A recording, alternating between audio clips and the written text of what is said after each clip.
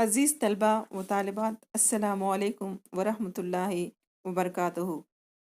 میں سید تنویر فاطمہ اخلاق علی، انجمن اشاعت تعلیم بیڑ کے زیر انصرام Milliya junior arts and science college Beed کی جانب سے آپ تمام کا خیر مقدم کرتی ہوں۔ آج ہم اردو یوک بھارتی 12ویں جماعت کے لیے اس درسی کتاب سے حصہ نثر سبق نمبر 3 صنف ہے افسانہ، عنوان ہے شال، مصنف ہیں علی عباس حسینی کا مطالعہ کرنے جا رہے ہیں۔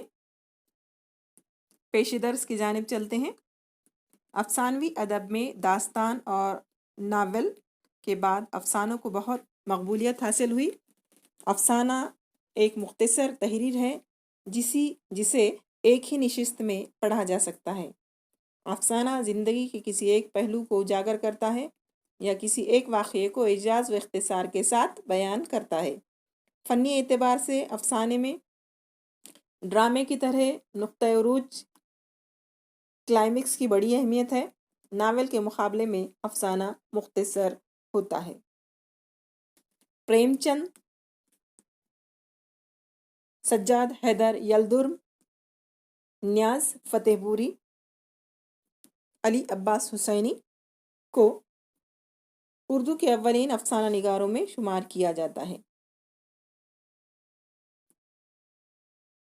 پلاٹ، کردار، نقطۂ نظر، مکالمہ، پس منظر، زبان و بیان کی شستگی افسانے کے اجزائے ترکیبی ہیں۔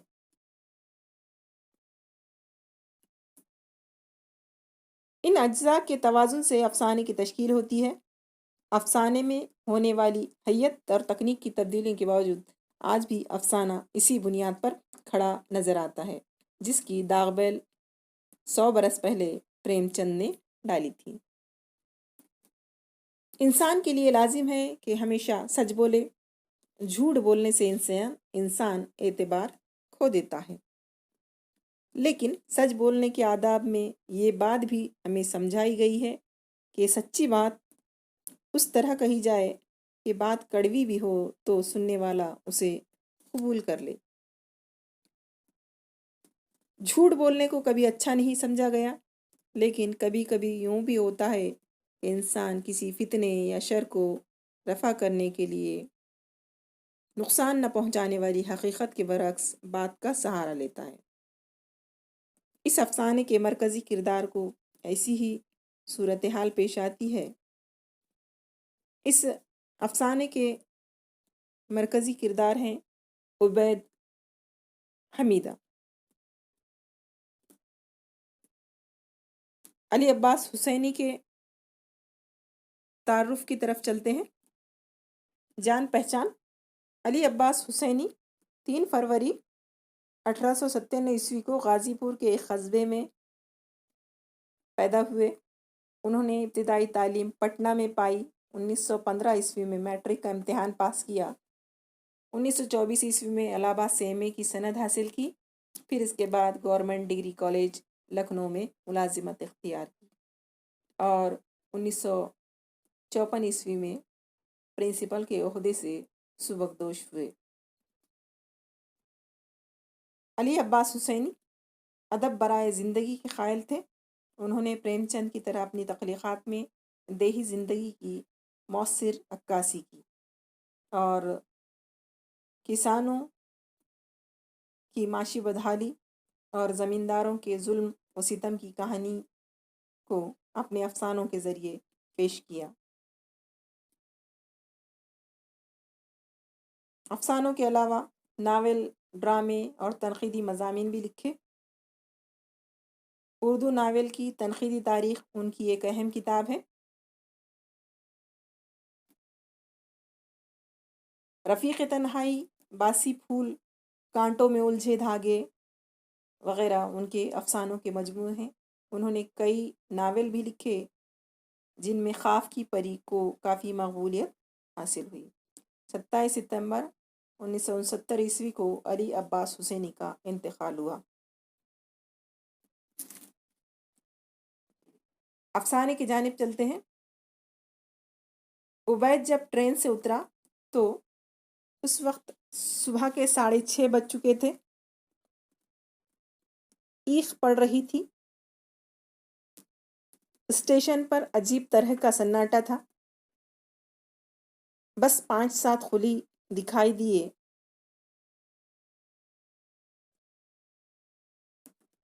عبید نے بھی سردی کی تیزی کو بری طرح محسوس کیا۔ اس نے برتھ پر اپنا خاصا موٹا گدا بچھایا، 2 کمبل اوڑھے، ان کے اوپر اپنا موٹا اور اوور کوٹ بھی ڈال لیا، مگر سردی سے بچ نہ سکا۔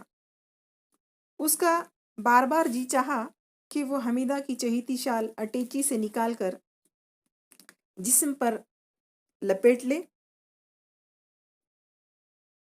یقیناً وہ اس طرح سے خود کو گرما سکتا تھا، لیکن اس نے سردی کھائی، تکلیف اٹھائی، مگر اپنی بیوی کی دی ہوئی شال نکال کر نہ اوڑھی۔ ڈر تھا اوڑھنے لپیٹنے میں وہ ملول جائے گی۔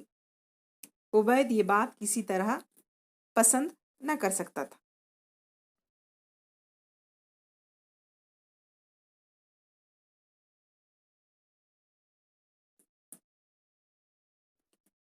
بڑی عزیز تھی یہ شال حمیدہ کو۔ بہت دنوں سے اس کی خواہش تھی کہ اس کے پاس ایک ایسی شال خوبصورت ہو، اتنی اچھی ہو کہ کسی اور کے پاس نہ ہو۔ عبید جشن بہار کے مشاعرے میں شریک ہونے سری نگر گیا تھا۔ وہیں سے یہ شال شہر کی ساری دکانیں چھان کر وہ حمیدہ کے لیے لے آیا۔ عبید لکھنؤ پہنچا۔ گھر میں داخل ہوتے ہی اس نے یہ خوبصورت شال حمیدہ کے کندھوں پر ڈال دی تھی۔ حمیدہ مسکرائی، کھلکھلائی اور بلبل کی طرح چہک اٹھی، اور حمیدہ نے اسے شال کو شیشے کی الماری میں رکھا اور اس میں مضبوط قفل ڈال دیا۔ عبید نے 1-2 بار ٹوکا بھی۔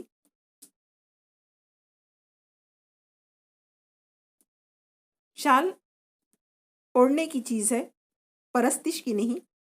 ابھی گرمیاں ہیں، اس لیے اتنا ہی کرو کہ اسے الماری سے نکال کر 1-2 بار دھوپ دکھا دو، اونی ہے، کیڑا ویڑا نہ لگ جائے۔ یہ سن کر حمیدہ کو بہت غصہ آتا، مگر جب عبید اپنے مختصر سے سفر پر روانہ ہونے لگا اور سفر کے لیے کوئی گرم چادر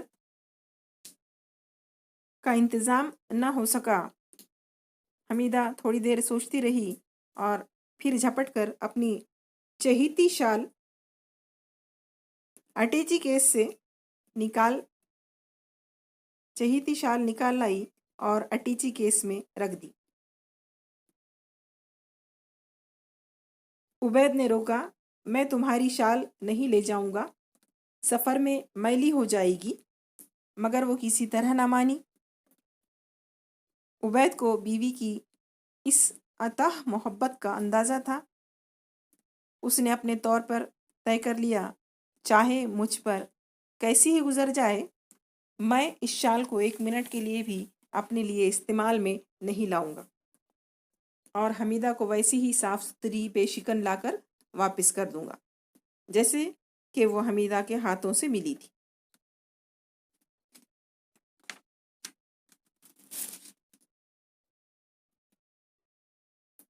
اسی لیے شال نہیں اوڑھی۔ اس نے ٹرین میں سردی کھائی، مگر شال نہ نکالی۔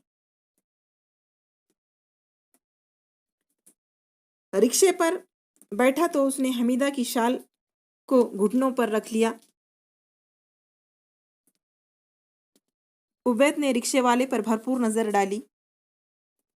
رکشے والے کا چہرہ پسینے سے شرابور تھا۔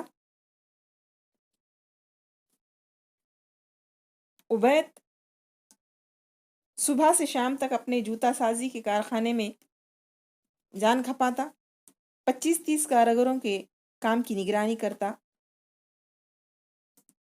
اسی طرح خون پسینہ ایک کرتا، تب جا کر 4 پیسے کماتا۔ عبید اسی طرح پیچ تاب کھا رہا تھا کہ اسے کہیں دور سے ایک دلدوز کرہا سنائی دی۔ آواز میں انسانی دل کے لیے ایک ناقابل برداشت درد تھا۔ عبید نے گھبرا کر رکشے والے سے پوچھا، ارے یہ کون کر رہا ہے بھائی؟ رکشے والے نے جواب دیا، او ایک پگلی ہے صاحب، اوہے ایک چھوٹا بالک چھاتی سے لگائے سڑک پر پڑل ہو، بس ہر وقت چیخت ہو، ارے مور بالک کا بچا لیو،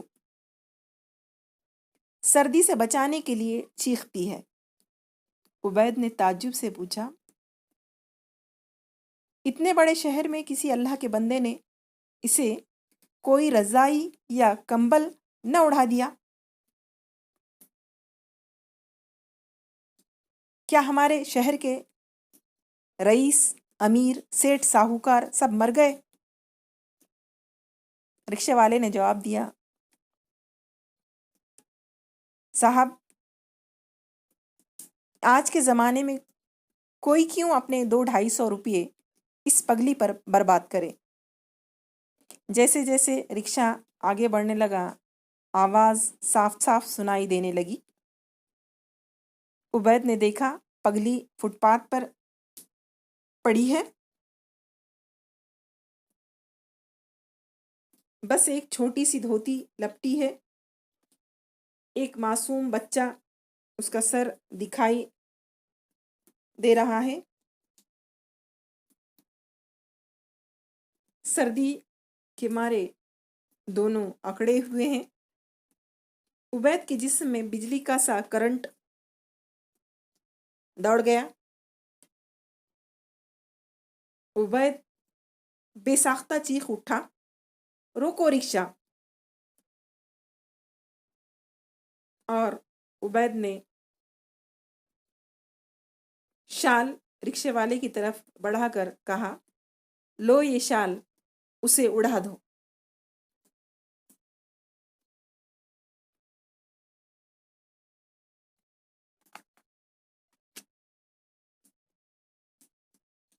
رکشے والے نے عبید کے شال پگلی کو اڑا دی اور اس سوچ میں پڑ گیا کہ شال دینے کو تو دے دی پگلی کو، مگر میں کہوں گا کیا حمیدہ سے؟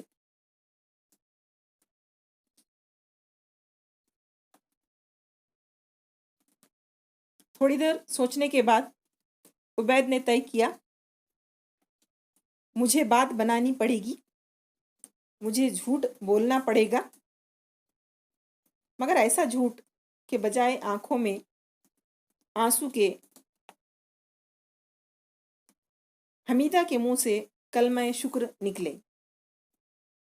حمیدہ نے عبید کا بڑی گرم جوشی سے استقبال کیا۔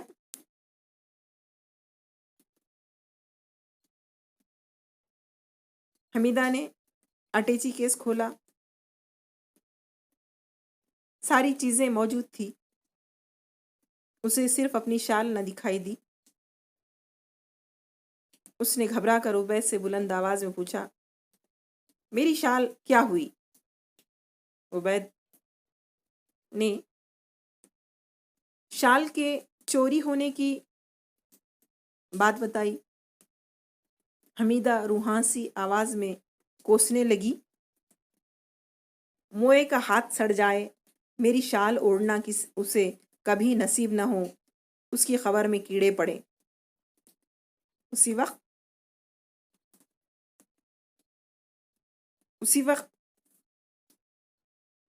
حمیدہ کے گھر کی ملازمہ پاس کھڑی تھی، وہ بولی، اے ہے بی بی، اتنی سی بات پر روتی ہے، خدا کا شکر کیجئے۔ عبید صاحب صحیح سلامت لوٹ آئے، صدقہ اتاریے، شکر کا سجدہ کیجئے۔ یہ سنتے ہی حمیدہ کا موڈ بدل گیا، اس نے آنسو پوچھے، وضو کیا اور 100 روپیہ ملازمہ کی طرف بڑھاتے ہوئے کہا کہ اسے کسی فقیر کو دے دے۔ وضو کیا اور شکرانہ پڑھنے کے لیے تیاری کرنے لگی۔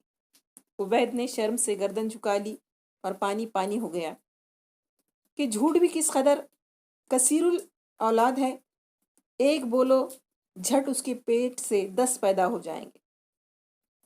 پھر بھی اس کا جھوٹ کتنا شیریں، کتنا میٹھا نکلا۔ دوسرے دن عبید کارخانے سے پلٹتے وقت اسی سڑک پر مڑ گیا جدھر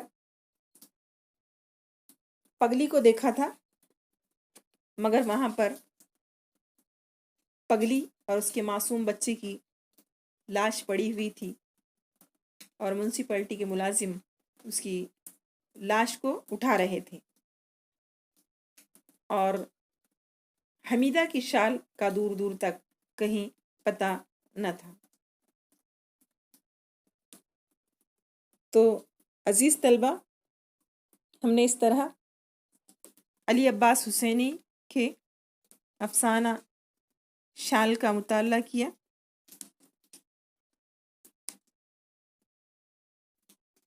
امید ہے آپ تمام اس سے استفادہ حاصل کریں گے۔ اللہ حافظ۔